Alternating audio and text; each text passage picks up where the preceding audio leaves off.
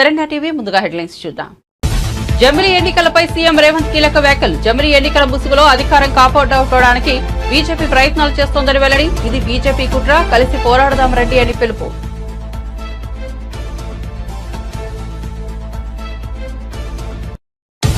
విజయవాడలో సిఐఐ సమావేశంలో మంత్రి నారా లోకేష్ 5 ఏళ్లలో 20 లక్షల మందికి ఉద్యోగాలు కల్పిస్తామని వెల్లడి. 70 మంది సీఈఓలు వచ్చిన ఈ సమావేశంలో మాట్లాడడం గౌరవంగా భావిస్తున్నారని వ్యాఖ్య.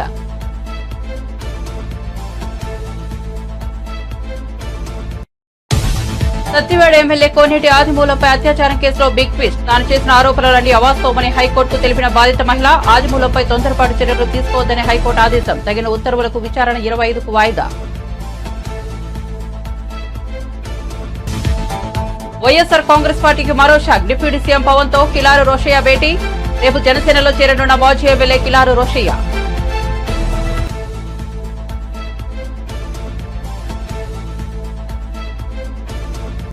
దేవుడిని రాజకీయాలకు వాడుకోవడం చంద్రబాబుకు అలవాటేనన్న బొత్స. లడ్డూ అంశంపై విచారణ జరిపించాలని డిమాండ్. దేవుడి ప్రసాదంపై తప్పుడు ప్రచారం సరికాదని వ్యాఖ్య.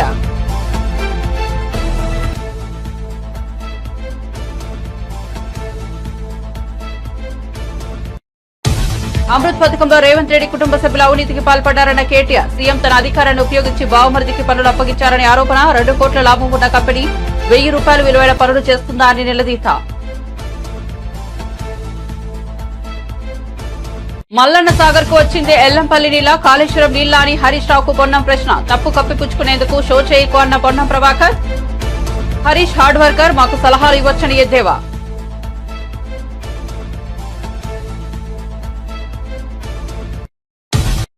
ఇక వార్త వివరాల్లోకి వెళ్తే ఒకే దేశం ఒకే ఎన్నిక విధానంపై తెలంగాణ ముఖ్యమంత్రి రేవంత్ రెడ్డి కీలక వ్యాఖ్యలు చేశారు. శనివారం సీతారాం ఏచూరి సంస్మరణ సభకు ముఖ్య అతిథిగా హాజరైన రేవంత్ మాట్లాడుతూ జమిలి ఎన్నికల ముసుగులో కొందరు దేశాన్ని కబళించుకుంటున్నారన్నారు.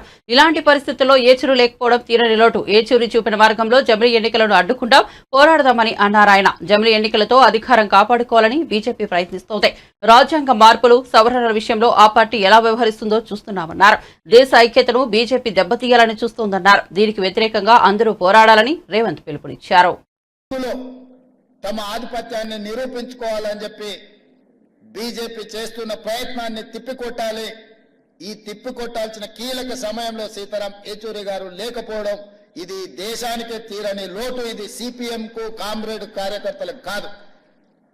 ఈ దేశంలో ప్రజాస్వామ్య మనుగడ సాధించాలి, ప్రజాస్వామిక స్ఫూర్తి కొనసాగాలి, రాష్ట్రాల యొక్క హక్కులను కాపాడాలి, ప్రజల యొక్క జీవన పరిణామాలు మెరుగుపడాలి, ప్రభుత్వం యొక్క విధానాలను ప్రశ్నించడానికి అవసరమైన సందర్భంలో సీతారాం ఏచూరి గారు లేకపోవడం అనేది నిజంగా పేదలకే తీరని నష్టం.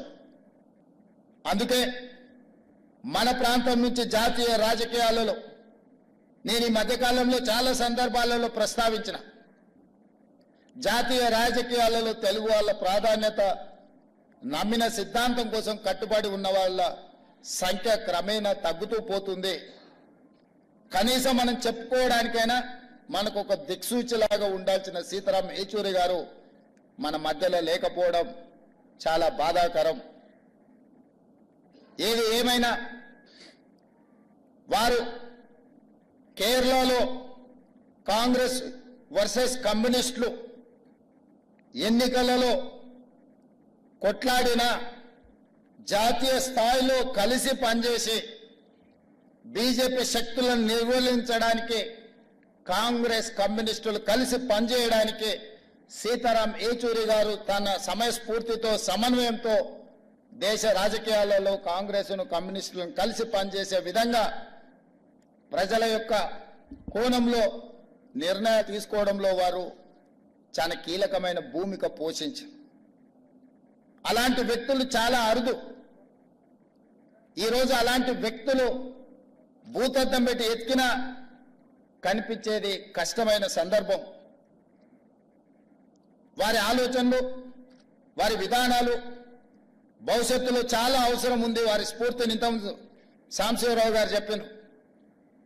వారు మరణించినప్పుడు దేశంలోనే ఉండే అన్ని మీడియా సంస్థలు ఈ దేశంలో ఒక ప్రధానమంత్రి, ఒక గొప్ప స్వాతంత్ర సమరయోధుడు చనిపోతే ఏ విధమైన విశ్లేషణలు, ఏ విధమైన చర్చా కార్యక్రమాలను తీసుకుంటారో సీతారాం ఏచూరి గారు చనిపోయినప్పుడు కూడా అలాంటి విశ్లేషణ, అలాంటి కార్యక్రమాలను తీసుకున్నారు అని అంటే వారి యొక్క కమిట్మెంట్ విద్యార్థి దశ నుంచే స్టూడెంట్ ఫెడరేషన్ ఆఫ్ ఇండియా కార్యకర్త నుంచి జేఎన్యూలో, ఆ తర్వాత రాజ్యసభ సభ్యుడిగా కావచ్చు, సిపిఎం ప్రధాన కార్యదర్శిగా కావచ్చు, లేకపోతే యునైటెడ్ ఫ్రంట్ కావచ్చు, యూపీఏ కావచ్చు, యూపీఏ 1, యూపీఏ 2లో కావచ్చు, వారు చాలా క్రియాశీలక పాత్ర పోషించి అలాంటి వారు లేకపోవడం, అలాంటి వారిని కోల్పోవడం ఇది సమాజానికే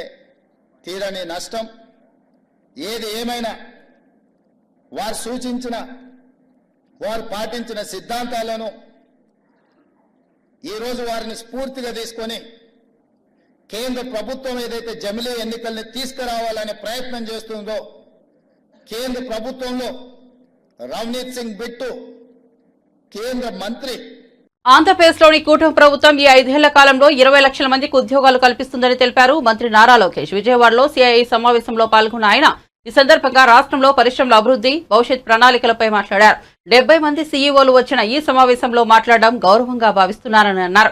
ఏపీలో ఉద్యోగ కల్పన చాలా అవసరమని, 5 ఏళ్లలో 20 లక్షల ఉద్యోగాలు ఇవ్వాలనేది మా లక్ష్యంగా ఉందని తెలిపారు. వ్యవసాయం, ఎంఎస్ఎంఈ రంగాలకు ఏపీ ఒక కేంద్రంగా ఉంది. చంద్రబాబు సీఎం అయిన ప్రతిసారి కొత్తగా ముందుకెళ్తున్నారు. గతంలో ఈజ్ ఆఫ్ డూయింగ్ బిజినెస్, ఇప్పుడు చంద్రబాబు మాట స్పీడ్ ఆఫ్ డూయింగ్ బిజినెస్ గా అభివర్ణించారు. ఆంధ్రప్రదేశ్ అసెంబ్లీ ఎన్నికల్లో వైసీపీ నేతలను 151 స్థానాల నుంచి 11 సీట్లకు ప్రజలు పరిమితం చేసినా వారికి సిగ్గు రావడం లేదని టీడీపీ సీనియర్ నేత బుద్దా వెంకన్న అన్నారు. విజయసాయిరెడ్డితో పాటు దేవినేని అవినాష్, కొడాలి నాని, పేర్ని నాని వంటి నేతల్ని ఏ పార్టీలో చేర్చుకోరని ఆయన ఎద్దేవా చేశారు. తిరుమల లడ్డూ ప్రసాదం వివాదం నుంచి ప్రజల్ని డైవర్ట్ చేసేందుకు ఎంపీ విజయసాయిరెడ్డి వరుస ట్వీట్లు చేస్తున్నారని టీడీపీ సీనియర్ నేత బుద్దా వెంకన్న మండిపడ్డారు. 2019 నుంచి 2024 వరకు తిరుమల తిరుపతి దేవస్థానంలో జరిగే అక్రమాల గురించే వచ్చేవి. మీరా మాట్లాడేది? నువ్వా కొండనక్క లోకేష్ బాబు గారి గురించి మాట్లాడేది? లోకేష్ బాబు గారికి నీకు నక్కకే నాకులో కాకుండా తేడా ఉంది. మీ సీఎంఏ లోకేష్ బాబు గారిని, చంద్రబాబు నాయుడు గారిని అన్యాయంగా అరెస్ట్ చేసినప్పుడు లోకేష్ బాబు గారి మీద కూడా చేద్దామనుకుంటే ఏముంటుంది అక్కడ? అవినీతికి ఆమెడ దూరంలో ఉండే మనుషురాలు చంద్రబాబు నాయుడు గారి కుటుంబం. నీతికి దగ్గరగా ఉంటారు, అవినీతికి దూరంగా ఉంటారు. మీ జగన్మోహన్ రెడ్డి, గుంటనక్క విజయసాయి రెడ్డి నీతికి ఆమెడ దూరంలో ఉంటారు, అవినీతిని వాటేసుకుంటాడు. మీరా లోకేష్ బాబు గురించి మాట్లాడేది? విజయసాయి కాబట్టి మేము చెప్తున్నాం, మిమ్మల్ని ఎవరిని వదిలే ప్రసక్తే లేదు. 2019 నుంచి 2024 వరకు మీరు చేసినటువంటి అక్రమాలు, మీరు చేసినటువంటి అవినీతి, మీరు అపవిత్రం చేసినటువంటి తిరుమల తిరుపతి దేవస్థానంలో మీరు చేసినటువంటి పనులు అన్ని కూడా ప్రజలు తెలుసుకున్నారు. మీకు 11 సీట్లు ఎందుకు ఇచ్చామని బాధపడుతున్నారు. మీ ప్రతిపక్ష హోదా కూడా ఇవ్వలేనటువంటి ప్రజలు అరే మనం ఇలా ఎందుకు చేశారనే ఆలోచన లేకుండా జగన్మోహన్ రెడ్డి ఇన్నాటికి మీడియా ముందుకు వచ్చాడు. నిన్న వచ్చాడు, డేట్లో చూసాం 3 గంటలకు జగన్మోహన్ రెడ్డి పెంచుకుంటాను. మామూలుగా అయితే చూడాల. శవం అయిన తర్వాత ఎవరు తెలిసిందన్న ఎవరో చెప్పారు, మన పెద్దవాళ్ళు నిధులు చెప్పారు. మొత్తం ఇప్పుడు బోడిగుండు అయింది. ఇది శవం కూడా కాదు. జగన్మోహన్ రెడ్డికి బోడిగుండు కొట్టే ప్రజలు ఇప్పుడు ప్రెస్ మీట్లు పెడుతున్నాడు. చంద్రబాబు నాయుడు గారు ముఖ్యమంత్రిగా ఉన్నా, ప్రతిపక్ష నాయకుడుగా ఉన్నా, ఇప్పుడు కూడా ఆయన ఆలోచనలు, ఆయన ఆలోచన విధానాలు, ఆయన ప్రభుత్వం ఏం చేసినా, ఎదుటి ప్రభుత్వం ప్రజలకి ఏదైనా కీడు చేసినా ముందు మీడియా ముందుకు చెప్తాడు ఆయన. నీకు మీడియా అన్నా లెక్కలేదే, ఇవాళ వచ్చింది, ఇవాళ తెలిసింది. వీళ్ళు లోకేష్ బాబు గారి గురించి మాట్లాడుతున్నారు. ఒక్కరి మాత్రం చెప్తున్నాం, 23 సీట్ల నుంచి 134 సీట్ల వరకు తెలుగుదేశం పార్టీ వెళ్ళిందంటే చంద్రబాబు నాయుడు గారి బ్రాండ్ ఇమేజ్ ఎంత ఉందో ఆ వెనక కానీ ఎదురు కానీ లోకేష్ బాబు గారి కష్టం కూడా అంతే ఉంది. మేము గంటల పదంగా చెప్పగలం. సత్యవేడు ఎమ్మెల్యే కోనేటి ఆదిమూలంపై నమోదైన అత్యాచారం కేసులో బిగ్ ట్విస్ట్ చోటు చేసుకుంది. ఎమ్మెల్యే ఆదిమూలంపై ఫిర్యాదు చేసిన బాధిత మహిళ స్వయంగా హైకోర్టుకు హాజరై ఎఫ్ఐఆర్లో పేర్కొన్న ఆరోపణలన్నీ అవాస్తవమని పేర్కొంటూ అఫిడవిట్ దాఖలు చేసింది. ఆదిమూలంపై నమోదు చేసిన కేసు తప్పుడు కేసు అని దానిని కొట్టేయాలని న్యాయమూర్తికి వివరించారు. ఈ వివరాలను పరిగణలోకి తీసుకున్న న్యాయమూర్తి ఆదిమూలంపై తొందరపాటు చర్యలు తీసుకోవద్దని పోలీసులను ఆదేశించారు. తగిన ఉత్తర్వులు జారీ చేసేందుకు విచారణను ఈ నెల 25కు వాయిదా వేశారు. ఈ మేరకు న్యాయమూర్తి జస్టిస్ వీఆర్కే కృపాసాగర్ శుక్రవారం ఉత్తర్వులు ఇచ్చారు. తనను బెదిరించి అత్యాచారానికి పాల్పడ్డారని కొన్ని రోజుల క్రితం తిరుపతి జిల్లా కేబీకేపురం మండలానికి చెందిన మహిళ ఎమ్మెల్యే ఆదిమూలంపై తిరుపతి తూర్పు పోలీస్ స్టేషన్లో ఫిర్యాదు చేయక కేసు నమోదు చేసిన విషయం తెలిసిందే. అంతకుముందు హైదరాబాద్ లో మీడియా సమావేశంలో ఎమ్మెల్యే ఆదిమూలంపై సంచలన ఆరోపణలు చేశారు. ఈ పరిణామంతో టీడీపీ అధిష్టానం ఎమ్మెల్యే ఆదిమూలంను పార్టీ నుంచి సస్పెండ్ చేసింది. ముఖ్యమంత్రి రేవంత్ రెడ్డి బావమరిది కంపెనీకి 1137 కోట్ల పనులు అప్పగించారని బీఆర్ఎస్ వర్కింగ్ ప్రెసిడెంట్ కేటీఆర్ ఆరోపించారు. హైదరాబాద్ లో ఆయన మీడియాతో మాట్లాడుతూ కేంద్ర రాష్ట్ర ప్రభుత్వాల భాగస్వామ్యంతో మున్సిపాలిటీలో ప్రజల దాహార్తిని తీర్చేందుకు రూపొందించిన అమృత్ పథకంలో రేవంత్ రెడ్డి కుటుంబ సభ్యులు అవినీతికి పాల్పడ్డారని మండిపడ్డారు. ముఖ్యమంత్రి తన అధికారాన్ని ఉపయోగించి బావమరిది కంపెనీకి పనులు అప్పగించారటారు. 2 కోట్ల టర్నోవర్ ఉన్న కంపెనీ 1000 కోట్ల పనులు చేస్తుందా అని కేటీఆర్ ప్రశ్నించారు. అమృత్ పథకంలో ఉన్న టెండర్ల వివరాలను ప్రభుత్వం బయటపెట్టడం లేదని ఆగ్రహం వ్యక్తం చేశారు. ఈ టెండర్లపై కేంద్రం విచారణ జరిపించాలని డిమాండ్ చేశారు. అప్పటి వరకు జరిగిన అమృత్ పథకం టెండర్లను రద్దు చేయాలని డిమాండ్ చేశారు. ఈ టెండర్ల అవినీతిపై కేంద్ర ప్రభుత్వానికి లేఖ రాసినట్లు కేటీఆర్ చెప్పారు. ప్రభుత్వం చేసిన అక్రమాలను వెలికి తీస్తామన్నారు.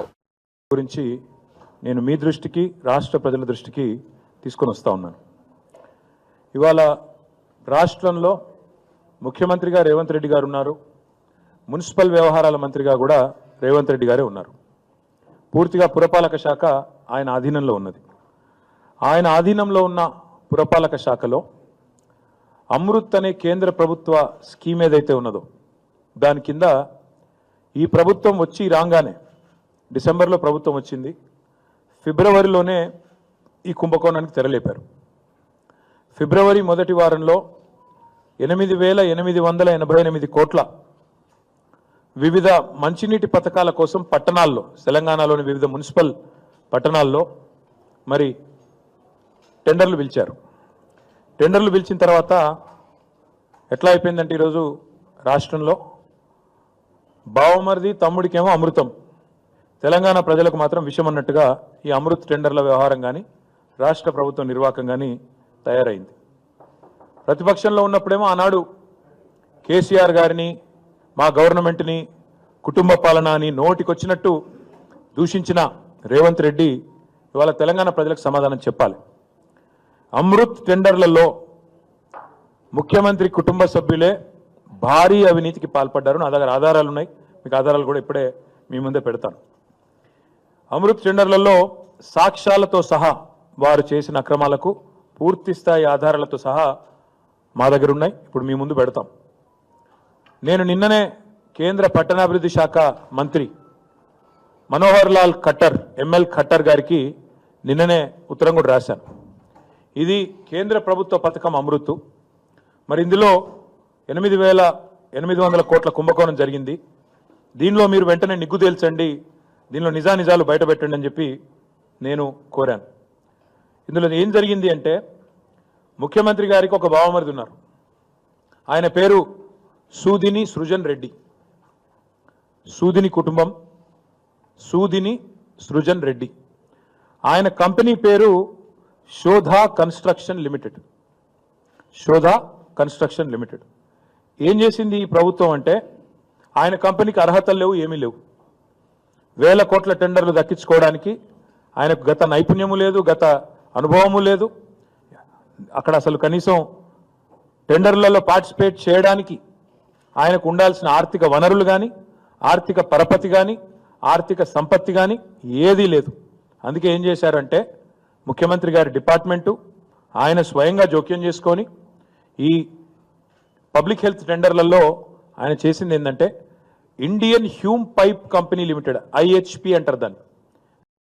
తిరుమల లడ్డూ అంశాన్ని ముఖ్యమంత్రి చంద్రబాబు రాజకీయం చేస్తున్నారని వైసీపీ నేత బొత్స సత్యనారాయణ మండిపడ్డారు. దేవుడిని రాజకీయాలకు వాడుకోవడం చంద్రబాబుకు అలవాటేనని విమర్శించారు. లడ్డూ అంశంపై విచారణ జరిపించాలని, విచారణలో వాస్తవాలు వెలుగు చూసిన తర్వాతే మాట్లాడాలని చెప్పారు. విచారణలో ఎవరైనా దోషులుగా తేలితే వారిని శిక్షించాలని అన్నారు. లడ్డూ అంశంపై చంద్రబాబు చెబుతున్న దానికి, టీటీడీ ఈవో చెబుతున్న దానికి పొంతన లేదని అన్నారు. కూటమి 100 రోజుల పాలన అటర్ ఫ్లాప్ అయిందని, దీని నుంచి ప్రజలను డైవర్ట్ చేసేందుకే తిరుమల లడ్డూపై దుష్ప్రచారం చేస్తున్నారని బొత్స మండిపడ్డారు.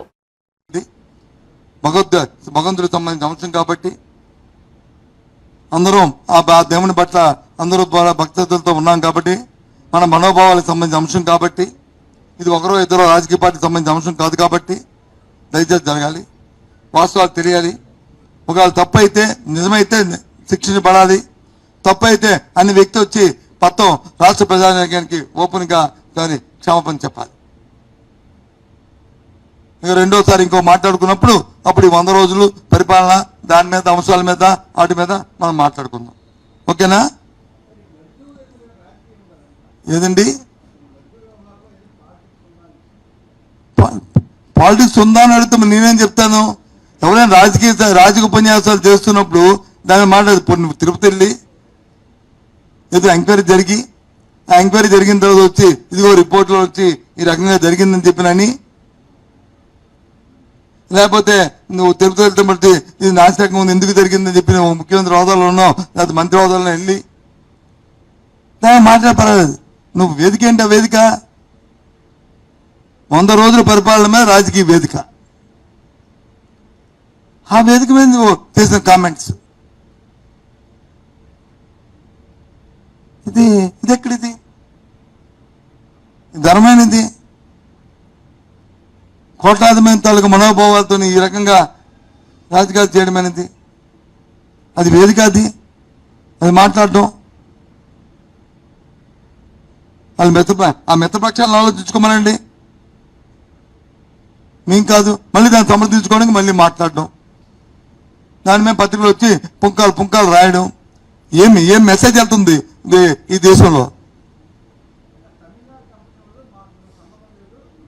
సార్ నేను వాళ్ళకి సంబంధం లేదు ఏంటి, ఏదో నందిని వచ్చి ఏదో పరిశుభ్రత, నందిని వచ్చినా, తమిళనాడు కంపెనీ వచ్చినా, లేదు ఉత్తరప్రదేశ్ కంపెనీ వచ్చినా, టీటీడీ మాత్రం కంపెనీ పేర్లే చూడవు. వాళ్ళు ఆ టెస్టింగ్, ఆ రిపోర్ట్లు వాటి మీద ఆధారపడి ఉంటాయి. ఆ టెస్టింగ్లో పాస్ అవ్వాలా. నా డీటెయిల్స్ కదా, నా ముఖ్యమంత్రి కంపెనీ కదా అంటే టీటీడీ తీసుకోదు.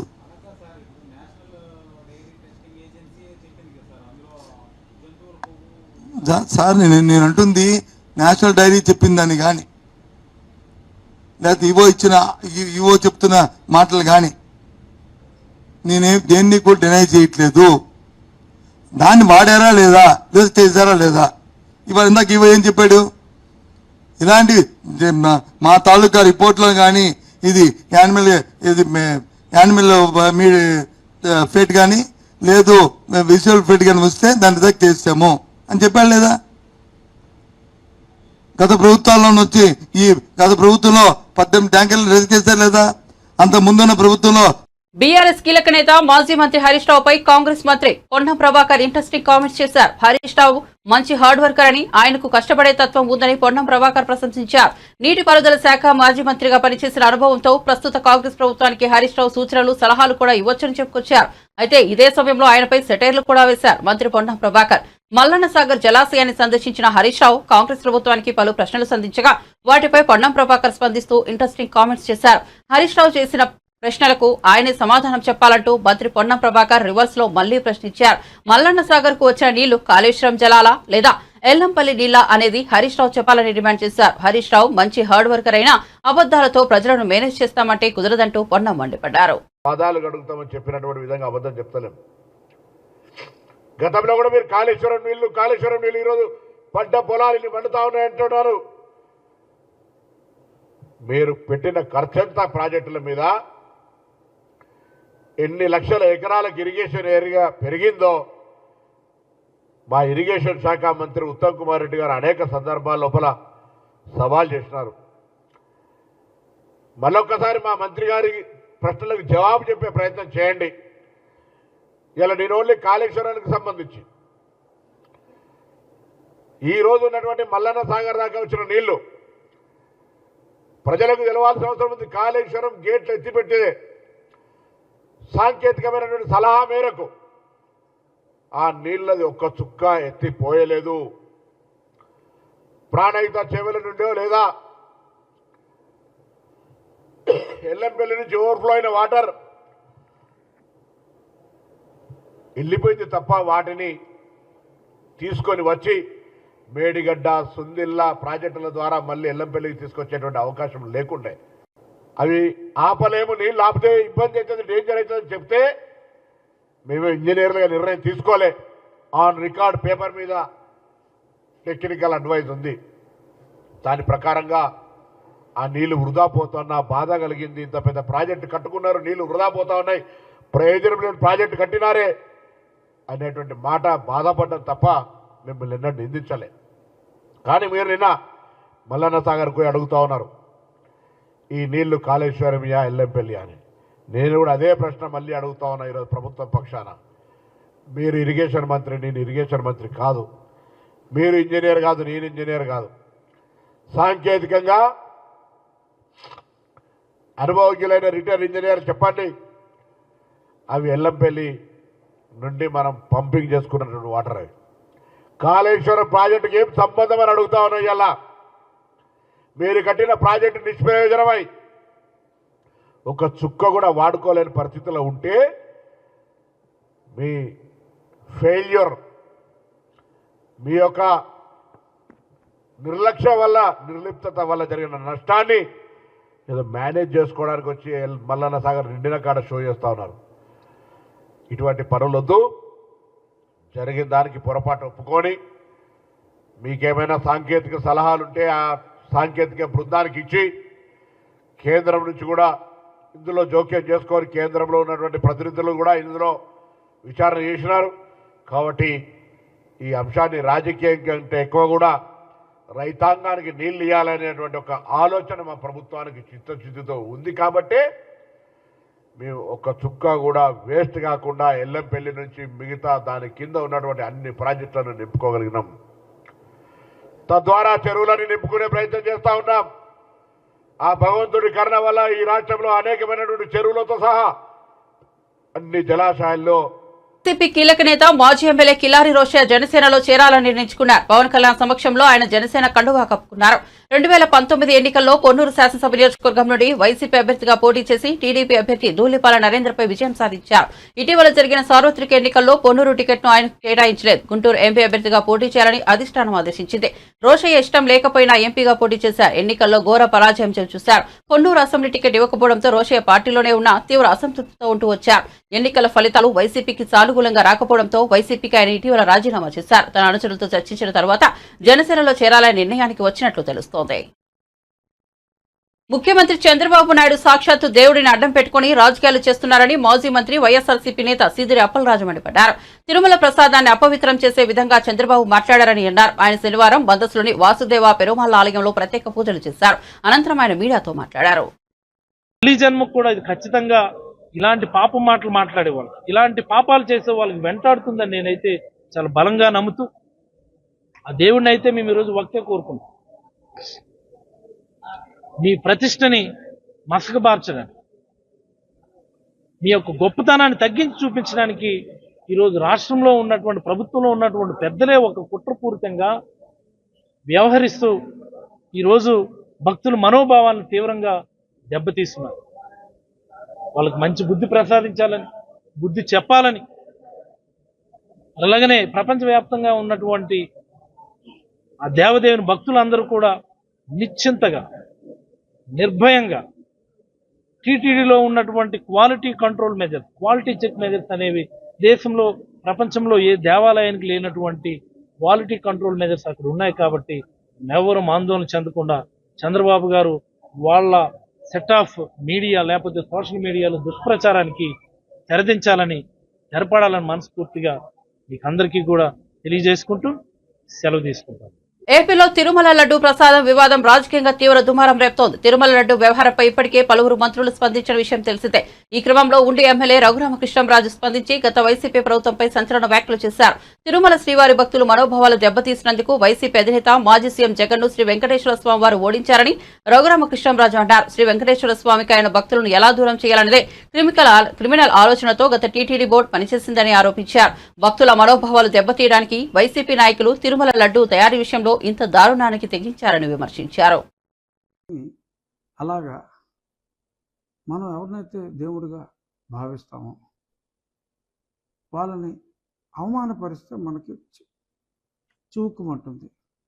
అలాగే అక్కడికి రాకుండా పూర్తిగా గుడిని మూసి పుట్టను మూసి అక్కడ ఎవరిది ఈ తాడిప్పి లోపలికి వెళ్తారు. అసలు ఈ సెంటర్ని అంతా మేము ఒక అంబేద్కర్ సెంటర్గా పెట్టి, అది రోడ్డు పబ్లిక్ రోడ్ ఫారం సెంటర్గా పెట్టి అసలు ఇవన్నీ తీసేస్తామని చెప్పి అవహేళనగా మాట్లాడి ముందు ఆ పుట్ట దగ్గరికి వెళ్ళడానికి ఫ్లెక్సీ పక్కన తాళ్ళు కట్టేశారు. సో ఇది చాలా దారుణం, అన్యాయం. అంబేద్కర్ అంటే గౌరవం అందరికీ ఉంది, అందులో ఎవరికి ఎటువంటి సందేహం లేదు. అంబేద్కర్ రిజర్వేషన్స్ కోసం, ఎస్సీ రిజర్వేషన్స్ కోసం మరి ఆయన పోరాడిన వ్యక్తి, రాజ్యాంగంలో వారికి రిజర్వేషన్ కల్పించిన వ్యక్తి. ఆ కల్పించిన వ్యక్తిగా వారంటే అపారమైన గౌరవం ఉండాలి, ఉంది. రాజ్యాంగ రాజ్యాంగ రూపకర్తగా ఇర్రెస్పెక్టివ్ ఆఫ్ కమ్యూనిటీ అందరికీ కూడా ఆయనంటే విపరీతమైన అభిమానం, గౌరవం ఉన్నాయి. మనం గాంధీ గారిని, నెహ్రూ గారిని అప్పట్లో, అలాగే అంబేద్కర్ని కూడా గౌరవించుకుంటున్నాం. మరి ఎన్నో విగ్రహాలు ఎన్నో చోట్ల అంబేద్కర్ గారికి పెట్టారు. మేము ఎక్కడికి వెళ్ళినా సరే దండలు వేసుకుంటాం, వెళ్తాం. వి పొలిటీషియన్స్ అంత గౌరవంతో ఉంటే మరి అంబేద్కర్ గారికి మేము వచ్చే గౌరవం వారు హిందూ దేవుళ్ళకి ఇవ్వరా? గౌరవం ఇవ్వకల్లా. ఇలాగా సిగరెట్లు కాలుస్తారా? గట్టు మీద, ఏది పుట్ట మీద కూర్చుని, పుట్ట పక్కన ఉన్న గట్టు మీద కూర్చుని సిగరెట్లు కాల్చి ఉమ్ములేస్తారా? పైగా ఈ తాడు దాటి మీరెవరో ఎలా వస్తారో చూస్తామని చెప్పి తాళ్ళు కట్టేస్తారా అక్కడికి రానివ్వకుండా? ఇదేం న్యాయం? సో అక్కడ కట్టిన ఆ తాడుని నేను తొలగించా. Nothing wrong. ఒక అవమానం జరిగిన చోట, హిందూ దేవుడికి అవమానం జరిగిన చోట, రానివ్వని చోట వాళ్ళు బ్యానర్లు కట్టి తాళ్ళు అడ్డం కట్టేసి మా దేవాలయానికి మమ్మల్ని రానివ్వకుండా ఎవడు అడ్డొస్తాడో ఎవడు తీస్తాడో చూస్తానని చెప్పి. బులెటిన్ ముగించే ముందు హెడ్లైన్స్ మరోసారి చూద్దాం. జమిలీ ఎన్నికలపై సీఎం రేవంత్ కీలక వ్యాఖ్యలు. జమిలీ ఎన్నికల ముసుగులో అధికారం కాపాడుకోవడానికి బీజేపీ ప్రయత్నాలు చేస్తోందని వెల్లడి. ఇది బీజేపీ కుట్ర, కలిసి పోరాడదాం రండి అని పిలుపు.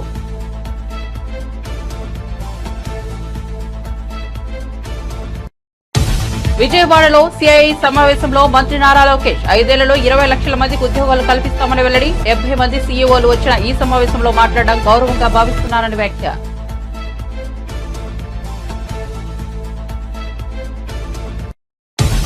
సత్యవేడ ఎమ్మెల్యే కోనేటి ఆదిమూలంపై అత్యాచారం కేసులో బిగ్ ట్విస్ట్. తాను చేసిన ఆరోపణలన్నీ అవాస్తవమని హైకోర్టుకు తెలిపిన బాధిత మహిళ. ఆదిమూలంపై తొందరపాటు చర్యలు తీసుకోవద్దని హైకోర్టు ఆదేశం. తగిన ఉత్తర్వులకు విచారణ 25కు వాయిదా.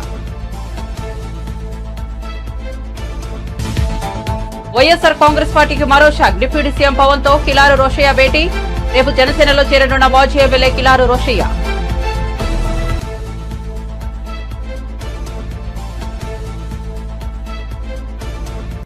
దేవుడిని రాజకీయాలకు వాడుకోవడం చంద్రబాబుకు అలవాటేనన్న బొత్స. లడ్డూ అంశంపై విచారణ జరిపించాలని డిమాండ్. దేవుడి ప్రసాదంపై తప్పుడు ప్రచారం సరికాదని వ్యాఖ్య.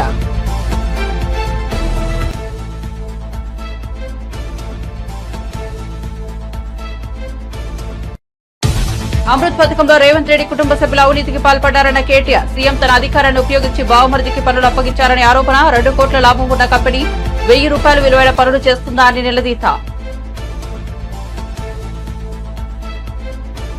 మల్లన్న సాగర్ కు వచ్చింది ఎల్లంపల్లి నీళ్ల, కాళేశ్వరం నీళ్ల అని హరీష్ రావుకు పొన్నం ప్రశ్న. తప్పు కప్పిపుచ్చుకునేందుకు షో చేయకు అన్న పొన్నం ప్రభాకర్. హరీష్ హార్డ్ వర్కర్, మాకు సలహాలు ఇవ్వచ్చని ఎద్దేవా.